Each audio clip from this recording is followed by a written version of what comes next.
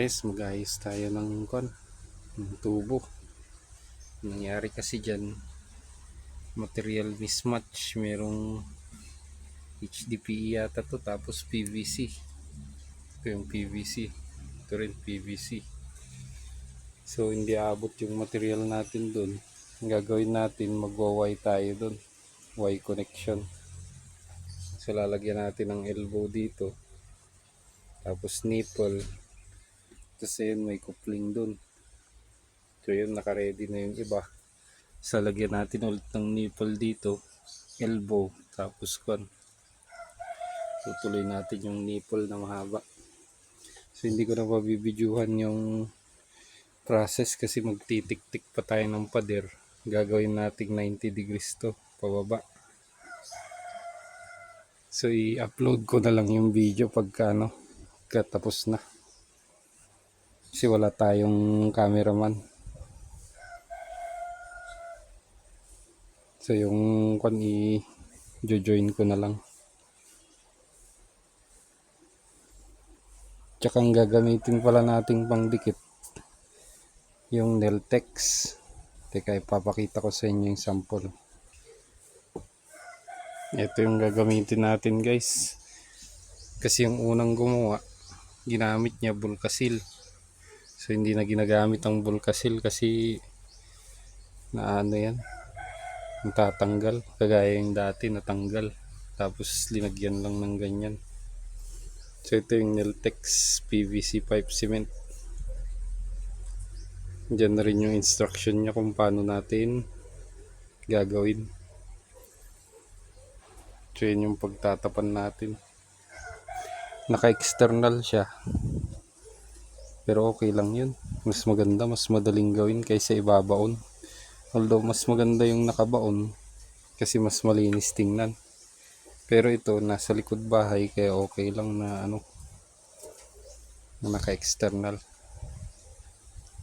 O sige guys, kasi baka abutin tayo ng kalating araw dito o isang araw, kaya hindi ko na rin, yun din ang isang dahilan kaya hindi ko na ibibideo lahat. So ibibideo ko na lang ulit kung tapos na yung ginawa nating pipe. So yun, sa mga mahilig mag DIY, maganda to, panoorin nyo guys hanggang sa matapos. So ayan, natiktikan na natin. Medyo marupok na yung tubo, kaya ang gagawin natin dyan, re-repairin natin. So lalagyan natin ng dyan, ng elbow, gano'n. Medyo magulo. Yung tatabasan natin kasi hindi abot yung grinder dyan. Tsaka yung pipe cutter. So ang diskarte dyan, yun, yung hakso. Yung blade ng lagaring bakal, i-bend nyo ng konti para matabasan natin yun. Tapos yun yung sabi kong lalagyan natin ng coupling, kaganon, para mag-extend. Tapos maglalagay tayo ng nipple dito bago dun sa elbow.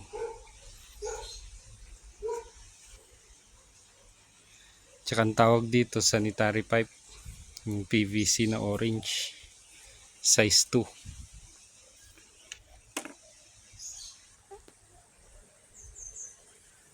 So dito muna, ipopost ko muna yung video, itutuloy ko na lang ulit mamaya. So ayan guys, ready na tong coupling natin. So medyo mismatch yung material. So ang diskarte dyan, painitan nyo na lang. Kung wala kayong heat gun, pwede to sa stove. Painitan nyo para magkasya yung ayan, fit na siya. Kanina ayaw, matigas. Maliit kasi yung na yun. Kaya linagyan natin ng konting flare tong coupling para mag match dun sa black. So black na PVC tapos to orange, kaya mismatch. Yan, meron na tayong extension. I-extend natin kasi merong tubo dito. Kanina sabi ko lang, lalagyan natin ng elbow pero hindi pala tatama siya dito sa may ano, kaya kailangan nating extend konti para may space yung drainage natin. Yan. Tsaka kung magulo yung layout, ganito talaga, kailangan nating i-modify yung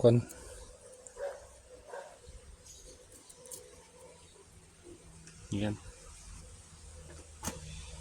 Tapos tatanggalin na natin to mamaya, tsaka mag-extend tayo. So yan, nakaabang naman na yung materials natin. Gagawin na lang natin dun, magwaway tayo, tapos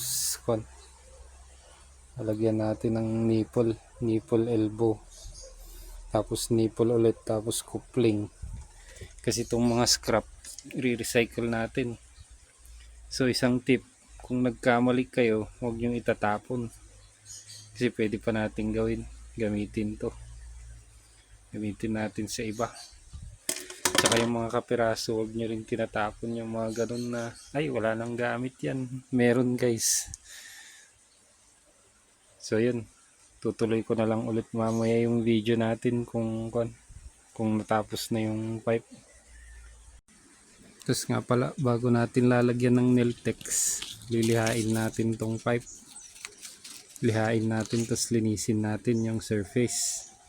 Tapos once na nalinis na natin, papahiran natin magkabilaan. So papahiran natin dito, pati yung pipe na ilalagay natin. Yan, papahiran din natin dito ng Neltex. So even layer para maganda yung seal nya. Tapos sa kanya isiksik na ganun. So hindi pa natin susukat yung kaya hindi ko pa nailagay. Ayan, pag nagputol tayo ng pipe, kakaroon ng burr yan, kaya kailangan nating i-deburr muna yung pipe na yan. So yan yung dahilan kaya natin nililiha yung pipe, para malinis yung fit up nya. So hindi ko nag-grinder, yung ginamit ko dyan hakso, yung lagaring bakal.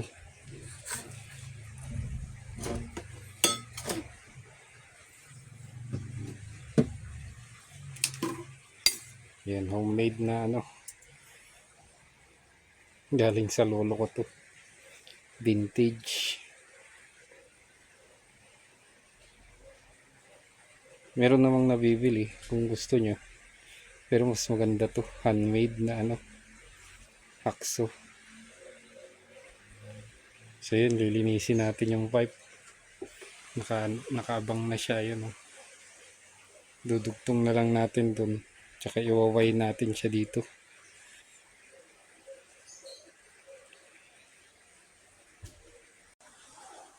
Yan, malapit-lapit na. Konti na lang, dito na lang ikakabit natin. Pero hindi pa yan naka pipe cement, kasi yung pipe natin, titingnan muna natin yung fit up nya kung maganda. So bali, siniksik ko pa lang yung mga yan. Ang next na gagawin natin dito, puputulin natin yan para meron siyang connection sa dun sa drain, sa may malapit sa ilog. So hindi naman siya pinaghugasan lang naman dadaan dyan, mga sabon, kaya hindi na kailangan ng septic tank. Pwede yan sa ilog. Tutuloy ko ulit yung video pagka hindi ko kasi mabidyuhan lahat yung ginagawa natin eh. So yan guys, nalinis na. Medyo nalinis konti. So kahit hanggang dito lang lilinisan nyo, ganun din. Para rin yan sa welding, para maganda yung dikit ng ating Neltex. So yan, naliha at saka nalinisan na natin.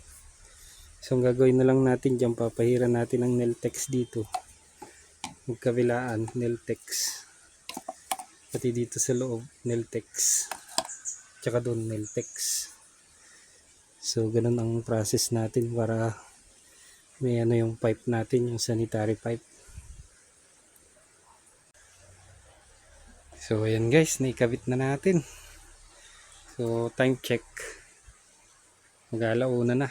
So umabot tayo ng almost 1 day. Pero hindi naman. Kalating araw lang. Nagkaroon lang ng konting setback kasi nangyari. Naputol dun banda. Marupok yung tubo.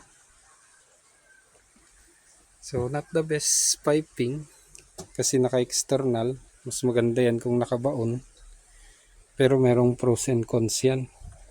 Mas mahirap repairin pagka nakabaon. Kagaya kanina yan. Nagtik-tik pa tayo ng wall. Nakabaon kasi. Tsaka lumabas din ako kanina. Bumili ng fitting, kulang kasi yung stock natin dyan na kwan. Nangyari kanina, nabasag, ayan. Tapos yun, mahalaga na meron tayong mga extra. Tsaka alam natin kung ano yung gagamitin. Gaya yung elbow, mga coupling, yun, mga check valve. Yun naman ang importante sa tubo. Tsaka kung anong klase ang gagamitin natin. So ayan, quick tour. Medyo madumi pa, kailangan ng clean up. So ayan, kung hindi pa kayo naka-subscribe sa ating channel, mag-like, comment, and subscribe na po kayo. At sana meron tayong na-share na konting tip kung paano gumawa ng sanitary pipe. So halos parehas din siya sa GI. Ayan. So DIY na ako guys, hindi ako mahilig magpagawa sa kasi gaya nga ng sabi ko noon, natuto ako sa lolo ko kung paano maggawa ng pipe. So yun guys, thanks for watching and have a nice day. Stay safe.